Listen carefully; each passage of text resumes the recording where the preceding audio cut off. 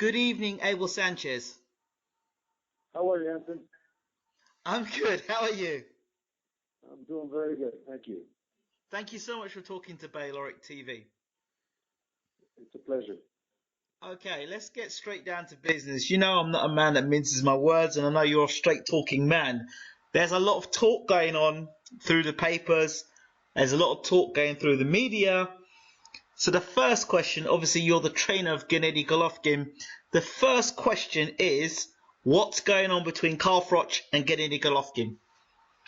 Well, several weeks ago, maybe 3 weeks ago, Carl was doing a lot of talking on the internet, a lot of interviews, saying that he was interested in a Golovkin fight. Once Golovkin's team started to respond to those comments, Carl and Eddie went silent. Eddie was not able to get a hold of him, so consequently, there's no longer any talk. So it's as simple as that. Simple as that. Okay. Rumor number 2.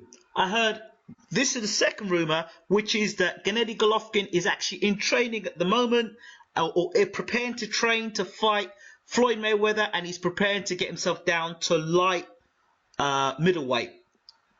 Well, the first part of the rumor that he's in training now is not. That's not so. Good. Golovkin, I don't like coming into camp until 8 weeks before a date of a fight. Okay. So he's not in camp, and there has been talk of a fight between them, but it's all been talk on the internet. It hasn't been anything that Floyd has confirmed.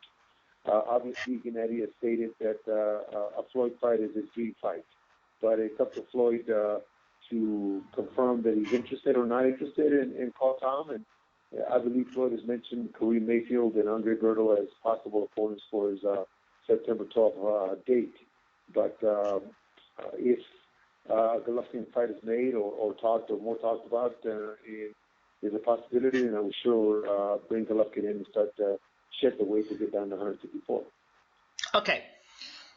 Now, I'm not a believer of catch weights, to be really honest with you. When it comes to titles, catch weights, I have a serious problem with, because when a guy's been trained to come down a weight, you don't get the best of a fighter. You get a shadow sometimes of the fighter that we expect. Gennady Golovkin coming down to 154 pounds. You're his trainer. You would know. Can he actually make 154 pounds and still be the fighter we get 160 pounds? Well, first of all, it wouldn't be a catch weight because Floyd is the 154-pound champion in several organizations. So it's not a catch weight. It's actually a weight the division limits. Okay. But back 22 years ago, I brought Terry Norris down from 154 down to 149.5 to fight Nigel Taylor. Right. The way we've done that is that if I have enough time, if I have the 8 weeks or 9 weeks to prepare, then I start at the beginning. I started in the 8th week to start to get a little bit of it down at a time. I don't wait a minute. So consequently, by the time he gets down to 56, 57, he's stable. He's already been there for several weeks. So drying out for the extra 1.5 pounds for that last 2 weeks prior to the fight is easier. I wouldn't do it all at once like a lot of guys like to do the last week, lose 4 or 5 pounds. That's not healthy, and that's not something I recommend for anybody to do. And I wouldn't definitely not do that with Golovkin. So what is it when people lose the weight to get down to fight a weight to make, for example, a catch weight, or in this situation for the 154 title with Floyd Mayweather, for example, what is it that makes guys, for example, be less able to hold a shot at that weight division? Or because these are professional fighters we're talking about, surely there must be some correct way of doing it or incorrect way of doing it. Well, fortunately for me, I have a guy that's really not a big middleweight. He comes in the camp at 169, 170, and that's without doing anything prior to getting to camp. So it's not like he's a big guy. In the past, he's weighed down as low as 58 for a weigh-in, 58.5.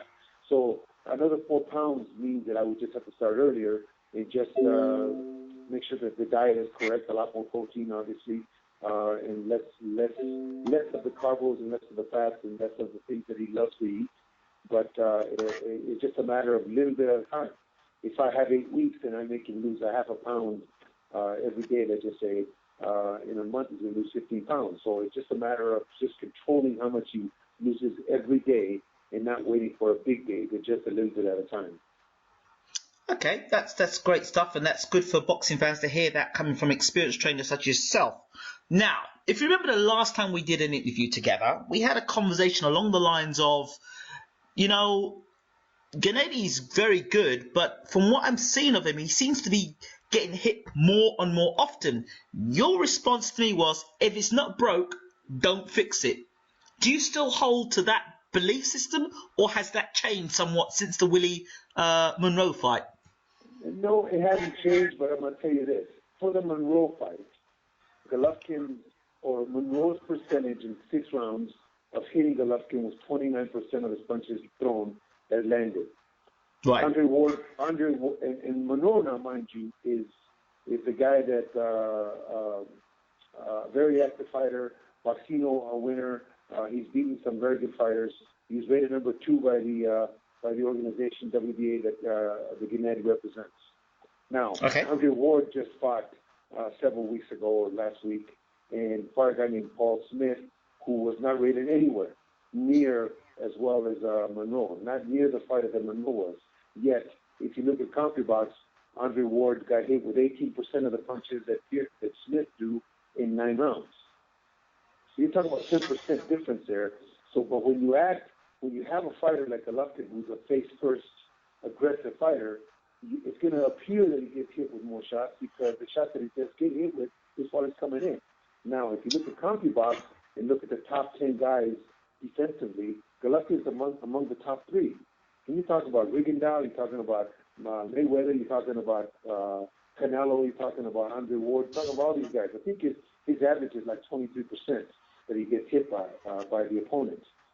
But because of his style, it just appears that he's being hit more because they may be cleaner shots, there may be one shot that is obvious, but his connect percentage on his opponents is over 50%. So I give one up to get the other one. Okay, I would say that the argument about Smith and Ward, yeah, I would say, okay, fine. But then I would say to you, well, Ward has been out of the ring for more than 2 years. So you would say that Ward is, you know, regardless of what he's been doing in the gym, there's always that possibility of ring rust and him not being as sharp as he could have been at fighting at the weight he was. Just to put it out there. Your thoughts about that? That's very true. That's very true. But I'm not just comparing that fight. If you look at the CompuBox top 10, he's around 24, 25, or 26%. So he's right below Canelo. Okay, so it's in all the fights that I'm talking about. Okay, all right. So let's talk about, you talked about Andre Ward. Is that a fight that you really want to have? And I'm not saying that from a fan's perspective. I'm really saying that in the perspective that Ward's a light heavyweight. Well, you know, walks around more as a light heavyweight. And Gennady, as you said, is not a big middleweight and could come down to light middle. Is that a fight that you really want, you know, with the technical skills that Ward brings to the table and possibly he being physically stronger than Golovkin? Or is that something that you relish? I think they're all great fighters, like Ward and like Golovkin, like Mayweather, like Pacquiao, like Leonard, like Hearns, like all those guys in the past need to be tested mentally. And I think that those fights for them are challenges that they feel they need to undertake. The problem with that fight is that at this moment, Golovkin is one of the higher rated fighters, not only on HBO but ticket sales, and is commanding a particular kind of purse. Ward being off for the 2 years or year and a half that he was, and not really that scintillating, aggressive fighter that fans want to see, and doesn't sell tickets and doesn't do well at the box office or at the TV ratings, is going to command a certain purse also. That particular fight with those two guys commanding that kind of money is not in the budget right now. It's not in the budget, and I don't think that Andre is willing to take a pay cut. I don't think that Golovkin is willing to take a pay cut because Golovkin really doesn't need him at this point. But it's a fight that I'm sure in their minds, as great warriors, they want to have. They want to prove to themselves and to the public and to the other men who is the best. But I think there's obstacles in the way that prevent that from happening. Okay. Now, there's a man in the weight division that I have always thought would make a good fight of Gennady, and it's David Lemieux. And the reason why I say Lemieux is because Lemieux has one thing. Apart from the fact that he's a puncher that punches with intent. Throughout Gennady's career that I've seen so far, he's fought a lot of guys that can punch, but are more worried about getting hit, which makes them not concentrated on their own game, but more concentrated on them surviving. I think with Lemieux, he brings a certain intent of wanting to cause damage, and with Gennady, he brings damage as well. So could that not be a good fight? I think you're absolutely right. That's a fight that the fans dream type of fight, just by watching David in his last fight and several other fights that he's had. The fact is that when David signed with Oscar, there's a press conference on YouTube where they're announcing the signing, and they're announcing that they will fight anybody. They want Golovkin first. Right. Now, just a few days ago after his win, Oscar's coming out and saying that the IBF is demanding that it do a mandatory. Well, according to Tom Lofton, who called the IBF, Tom Lofton being our promoter, called the IBF is giving us the green light to fight Lemieux and Golovkin together. There's no mandatory involved. So is it that Oscar doesn't want the fight now that he's got a belt holder? Or is it that Lemieux doesn't want the fight? Whichever the reason is, Golovkin is ready to do the fight next, like they said they wanted to. But it seems like all of a sudden now they want GGG, which is not next. Okay. The other story that I heard, which sounded very interesting, Chris Eubank Jr. refused to fight Billy Joe Saunders for $1 million. The story I heard was Chris Eubank Sr. flatly said, no, we will not fight Billy Joe Saunders, but we want to fight Gennady Golovkin in November, as the WBA interim champion has the choice of deciding whether to fight Danny Jacobs, which is the regular champion, or to fight Gennady Golovkin. And Eubank Sr. said, we want Gennady Golovkin in November. Is this truth or is this rumor? Well, it may be true in Chris Sr.'s head, but $1 million for Junior seems a little far-fetched. If somebody's willing to put that up, which I can't see any network here putting that kind of money up for Junior, I'd love to see that fight. I don't think that is available for them. What do you see Chris Eubank Jr. or what do you think Chris Eubank Sr. sees in Gennady Golovkin that he believes his son could beat him? Well, didn't he lose to Billy Joe Saunders? He did. Okay. I think what he sees is he sees what a father sees in their sons. I think he's watching his son through rose-colored glasses and doesn't understand. There's a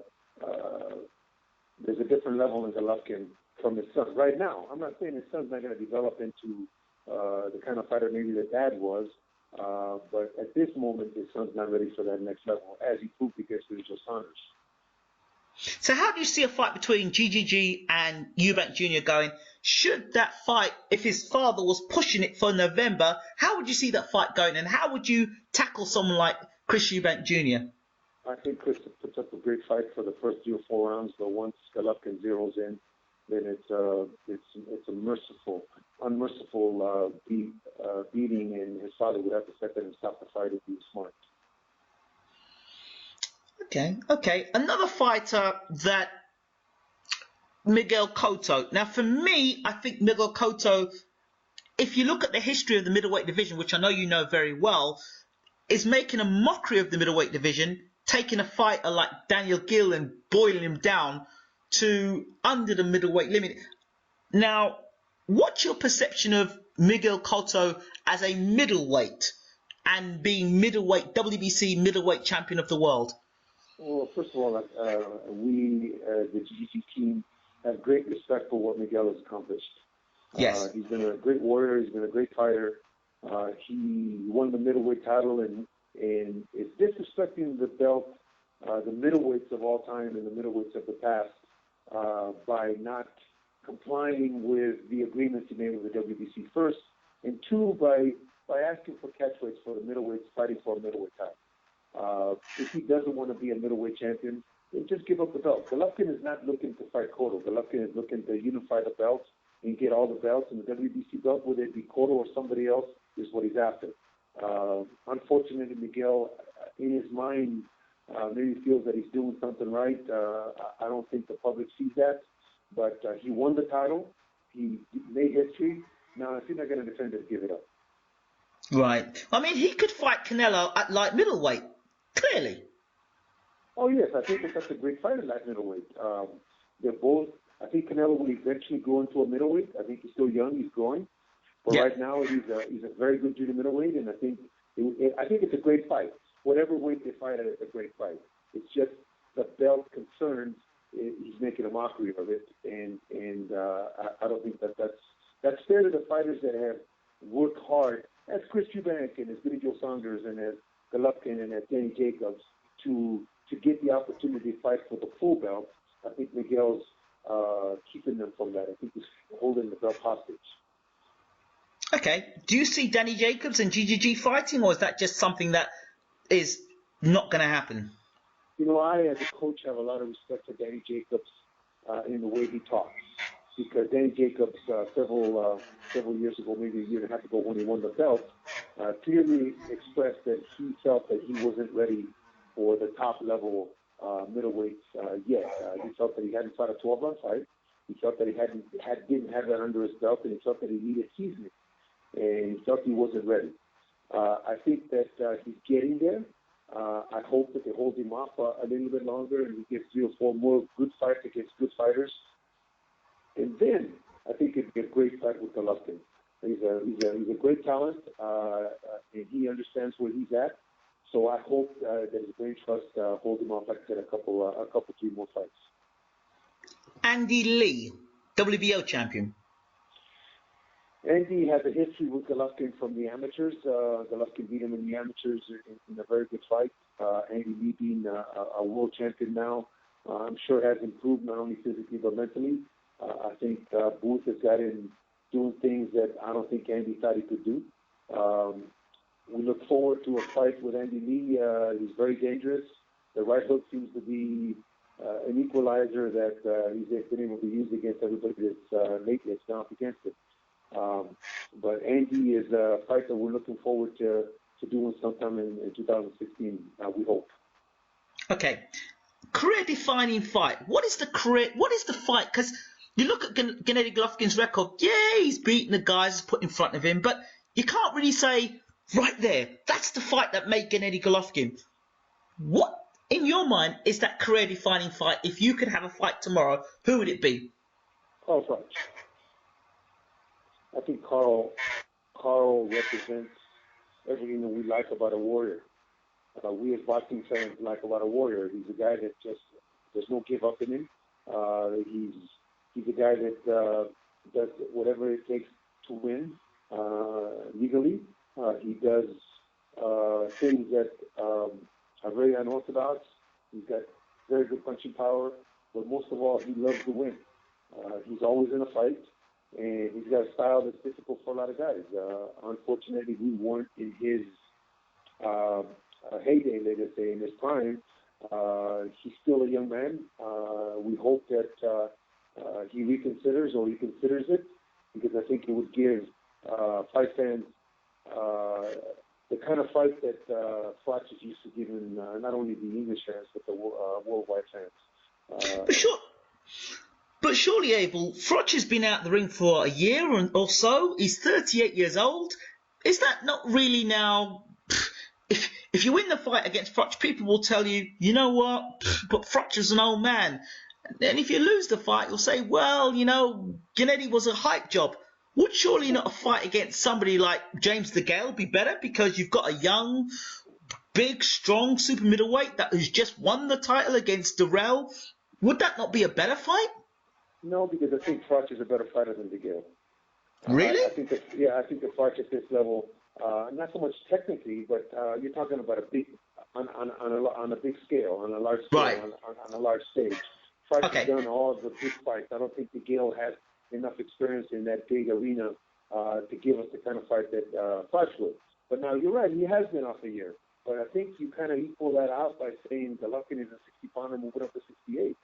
So we're giving up something. He's giving up something. I think that it's the kind of fight that would draw a lot of interest. And Froch has never been one to be dominated by anybody. Anybody that he's fought, he's been in the fight, and he's pulled it out at the end in a couple of the fights. So he's a guy that you have to contend with for 12 rounds. A fight I'd be interested to see. Just a gentleman, an Irishman, his name is Spike O'Sullivan. Punches hard with both hands, flamboyant. You know who Spike O'Sullivan is? I've heard of him. I've read about him. I don't think he's fought anybody on a world-class level yet. This is a big puncher, and he's doing very well at the level that he's at. But once you step up, and that's what I'm saying about Froch. Once you step up to the world-class level, it's a totally different game. It's the amateurs and the pros. You know, it's a totally different game. And until he fights somebody on that level, it's difficult to say if he's going to be able to do the same things he's doing with the guys he's doing in England. In the same manner, I should say. He's going to be able to do the same things in the same manner to the guys at a world-class level. I agree. I totally agree there. But what you've got with Spike, I'm not saying that he beats Gennady, but what you've got there is another guy that punches with bad intentions, and a guy that comes to fight with bad intentions, and I think that's the sort of fight that Gennady needs to be in now. He's fighting too many guys that are scared of being hit by him, so it really takes away the enjoyment of watching Gennady at his best. Yes, but understand this, that in order that all those guys that you're talking about the Gennady has faced that have been scared are rated higher than Spike. Spike has got to do what everybody else did. Everybody deserves an opportunity, and I think everybody that gets a shot at Golvokin is rated in the top 3 or 4. Spike hasn't gotten to that point. So until he gets to that point, it's difficult for us to, say he's number 9, and get them and Gennady dominates them even easier. They say, he wasn't experienced enough. He was number 9. How come Gennady didn't fight at number 1 or number 2?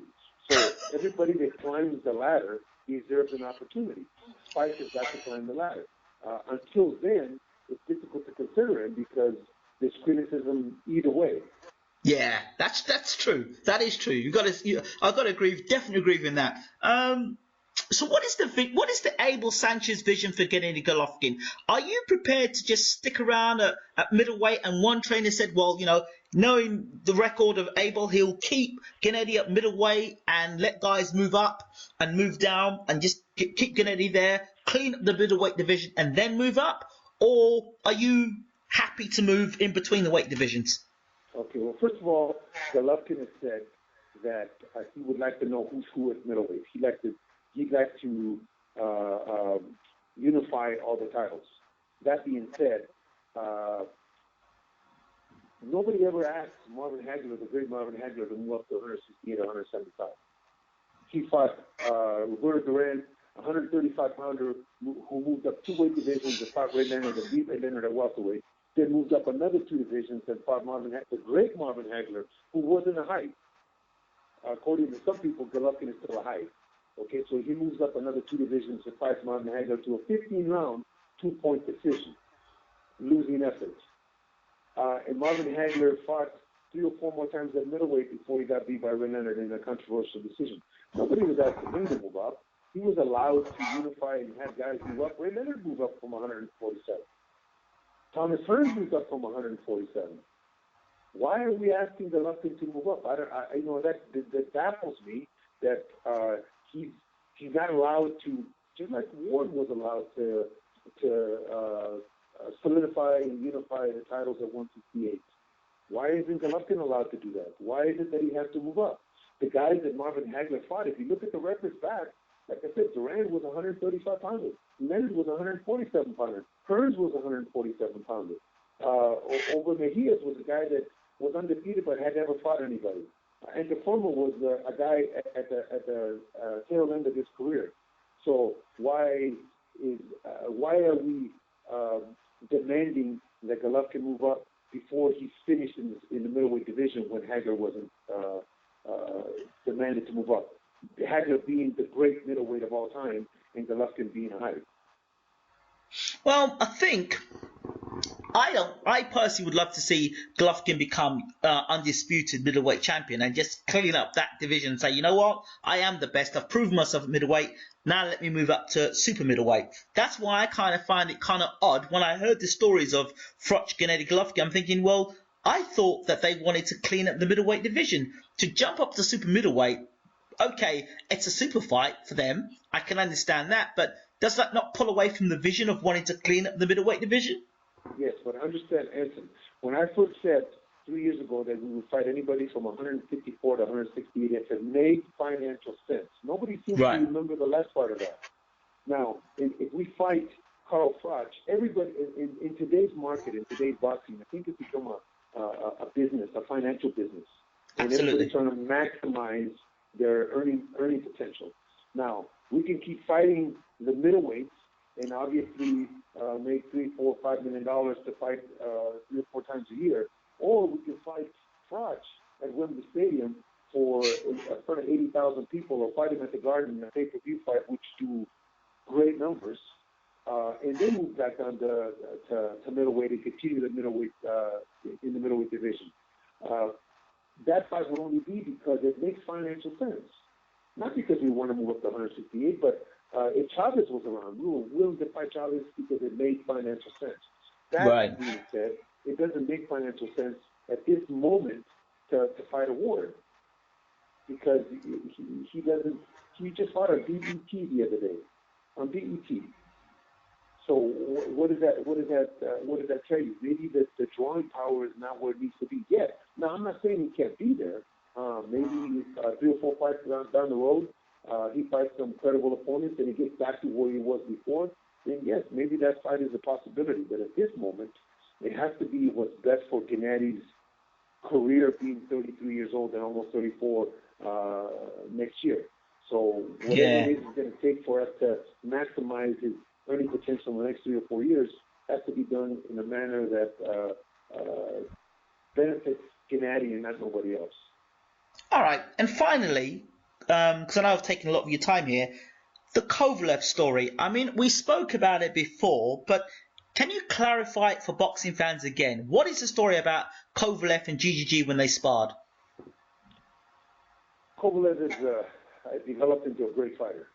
Right. Kovalev is second behind GGG in fear factor from his opponents. And I'm very proud to say that I had him for 8 fights. I had him for over 1.5 years. At the time, Kovalev was a young guy, and Golovkin had all this experience. And I believe that what it was is, I'm not going to say fear, but it was respect of a great champion being Golovkin, who was a silver medalist, who all of Eastern Europe and Asia knew about because of his accomplishments. And when I brought Sergey into camp, Sergey only had 12, 13 fights. So it was easy to dominate for Golovkin to dominate. And I think that at the time, having 2 potential megastars, because at the time that he was out of my camp, he had 18 fights, and Golovkin was already champion. So it proved that it was good for Sergey, and it was good for Golovkin, good for me, because I didn't have 2 guys competing against themselves. Okay. Last question. Julius Jackson, somebody who is the chief sparring partner to Gennady Golovkin. Every time I speak to you, I forget to ask, but I've got to ask, what does Julius Jackson bring to sparring sessions? Because he's the chief sparring partner for Gennady. What does he bring to Gennady sparring sessions as a sparring partner and as a friend of Gennady? He brings height, he brings length, he brings speed, he brings a lot of boxing acumen because of his father. He brings loyalty. He works very hard. He gives us as many rounds as we want without questioning anything. Of course, we protect both him and Gennady with special gear so that we can work as hard as we can. But Julius is a very important part of our group because again, loyalty, hard worker, very good punch, long arms. So he gives us a middle of the brawler kind and the boxer kind in one guy. And again, with a lot of loyalty and a lot of perseverance as far as not wanting to take a day off. Abel Sanchez, thank you so much once again for talking to Bayloric TV. I really appreciate you, what you've done, the years you've put into boxing, and continue to churn out champions. And I take my hat off to you. Thank you very much, Anthony. It's been a pleasure talking to you, and I hope to talk soon. Take care, champ. All the best. Okay,